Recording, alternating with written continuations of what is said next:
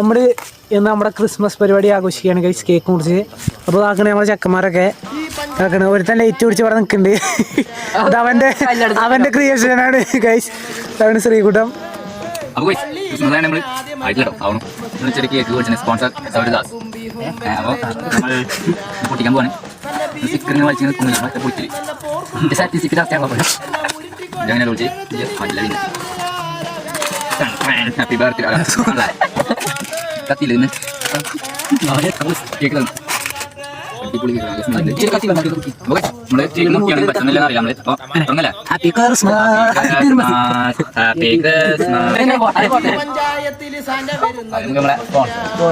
നല്ല മഞ്ഞാട്ടോ, നല്ല തണുപ്പ്.